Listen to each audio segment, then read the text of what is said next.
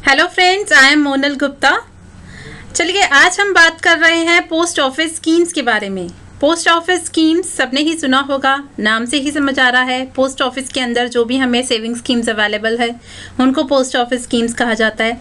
Post office schemes काफ़ी reliable है, काफ़ी सेफ है। हमारे दादा दादी उस टाइम से चली जा रही है, लोगों को बहुत ही विश्वास है इन पे, सब इसमें इन्वेस्ट करते हैं। हमारा पैसा कहीं नहीं जाता, एक फिक्स्ड पीरियड ऑफ मैच्योरिटी होती है, एक फिक्स्ड अमाउंट होता है, हमें पता होता है कि इतना पैसा हमें वापस मिलेगा। तो चलिए सबसे पहले हम डिस्कस कर रहे हैं मंथली इनकम स्कीम, जिसको हम कहते हैं MIS। As its name is also suggesting us, its describing its feature that it is a monthly income scheme, यानी कि इसमें जो भी पैसा आपको मिलेगा वो मंथली आपके अकाउंट में क्रेडिट हो रहा है। रेट ऑफ इंटरेस्ट जो भी इस पे अवेलेबल है वो आपको मंथली बेसिस पे मिल रहा है। तो इसका पहला फीचर है इंडिविजुअल्स ओनली, यानी कि ये अकाउंट जो खुलवा सकते हैं वो कौन होंगे? इंडिविजुअल्स होंगे, यानी कि कोई भी सैलरीड क्लास, कोई भी बिजनेसमैन, कोई भी हाउसवाइफ, कोई भी इंडिविजुअल कैटेगरी में जो बंदा आता है वो खुलवा सकता है। कंपनी, HUF, पार्टनरशिप फर्म्स, ये सब ये अकाउंट नहीं खुलवा सकते।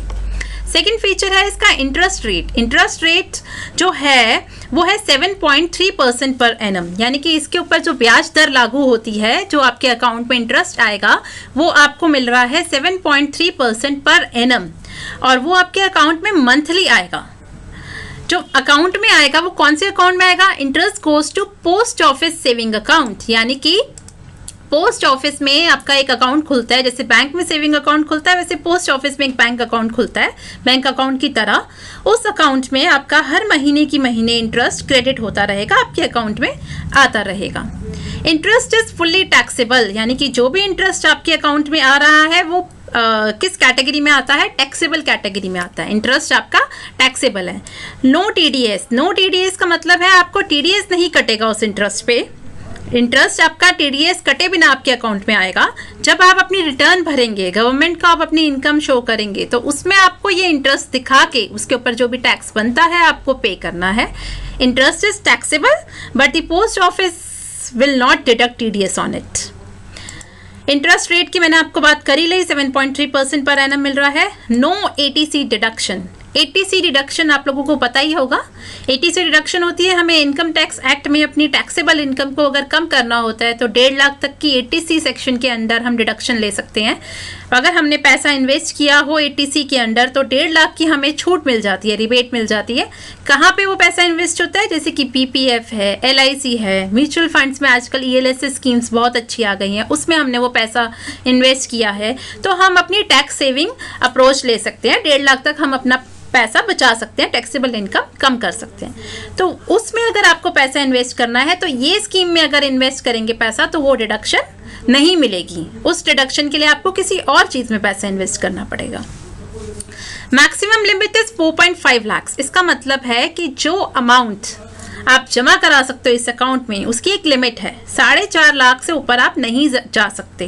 टोटल अमाउंट आपका, टोटल कॉर्पस इस अकाउंट में जो इकट्ठा होगा वो 4.5 लाख से ऊपर नहीं जा सकता। This is the maximum limit. Post office वालों ने एक रिस्ट्रिक्शन लगाई है कि इससे ज़्यादा अमाउंट आप हमारे अकाउंट में जमा नहीं करा सकते। Maximum limit is joint account is 9 lakh, यानी कि अगर आप जॉइंट अकाउंट खुलवाते हैं, एक तो आपका इंडिविजुअल अकाउंट हो गया, एंड अगर आपने एक जॉइंट अपने स्पाउस के साथ खुला रखा है, हस्बैंड ने वाइफ के साथ या वाइफ ने हस्बैंड के साथ, तो लिमिट आपकी 9 लाख हो जाती है। यानी कि उस अकाउंट में 4.5 लाख आपकी हो गई, 4.5 लाख आपकी स्पाउस की हो गई, तो उसमें 9 लाख करा सकते हैं। Maturity period is 5 years. 5 साल तक इसका जो पीरियड है मैच्योरिटी पीरियड है, यानी कि 5 साल बाद आपकी ये स्कीम खत्म हो जाएगी, आपका जो भी पैसा है आपको वापस मिल जाएगा। Lock in period is 1 year. इसका मतलब क्या है कि 1 साल तक आपका पैसा लॉक रहेगा, 1 साल से पहले आप अपना पैसा वापस नहीं निकाल सकते। प्री मैच्योर क्लोजर, यानी कि अब हम बात कर रहे हैं कि हमें अपना पैसा अगर पहले निकालना है, पहले कितना पहले? 5 साल से पहले, क्योंकि 5 साल तो इसका मैच्योरिटी पीरियड ही है, पर 1 साल से पहले आप निकाल नहीं सकते। तो हम बात कर रहे हैं 1 से 5 साल के बीच में। तो maturity period, pre mature closure between 1 to 3 years, यानी कि 1 से लेके 3 साल के बीच में अगर आपको अपना अकाउंट बंद करना है, आप कहते हैं मुझे इसमें पैसा और जमा नहीं कराना, मेरा जितना पैसा इसके अंदर डिपॉजिट हुआ है मुझे वापस चाहिए, तो आपके ऊपर पेनल्टी लगाएंगे, ऐसे ही आपको आपका पैसा वापस नहीं दे देंगे ये। पेनल्टी लगाएंगे 2% डिडक्शन ऑफ द डिपॉजिट, यानी कि आपने जितना भी पैसा आज तक उसमें जमा कराया होगा उसका 2% काट के आपको पैसा वापस दे दिया जाएगा। और यही अगर आप अपना अकाउंट बंद कराते हैं चौथे और 5वें साल में तो आपको कितनी पेनल्टी लगेगी? 1%। फिर आपको 1% की रियायत इन्होंने कर दी, 1% पेनल्टी लगा के आपका पैसा काट के वापस आपको दे दिया जाएगा। Amount can be deposit in the multiples of ₹1500। इसका मतलब है कि 1500 के मल्टीपल्स में, 1500 कोई गुना में आप पैसा जमा करा सकते हैं। जैसे कि आपने 1500 कराए, 3000 कराए, 4500 कराए, ऐसे आप इसमें पैसा जमा करा सकते हैं। Minor account can also be open, आप अपने बच्चों के नाम से अकाउंट भी खोल सकते हैं। Minor of 10 years can operate the account, और अगर आपका बच्चा 10 साल का हो गया है तो वो अपना अकाउंट खुद ऑपरेट भी कर सकता है। NRIs can not open this account, NRI जो भी है वो इस अकाउंट को ओपन नहीं कर सकते, यानी कि ओनली इंडियन रेजिडेंट्स ही इस अकाउंट को खोल सकते हैं। माइनर लिमिट इज 3 लाख, और अगर माइनर के अकाउंट आपने खोला है, माइनर के नाम से अकाउंट खुला है तो आपकी लिमिट कितनी है? 3 लाख है। 3 लाख से ज़्यादा उसमें आप जमा नहीं करा सकते। तो ओके फ्रेंड्स, मैंने आपको आज पोस्ट ऑफिस की बहुत ही सिंपल, बहुत ही कॉमन मंथली इनकम स्कीम के बारे में बताया। काफ़ी पॉपुलर है, नोन है, एवरीबडी नोज। अगर आप इसमें इन्वेस्ट करना चाहते हैं, हमसे कांटेक्ट करना चाहते हैं तो हमें व्हाट्सएप या SMS करिए 9599222549 पर।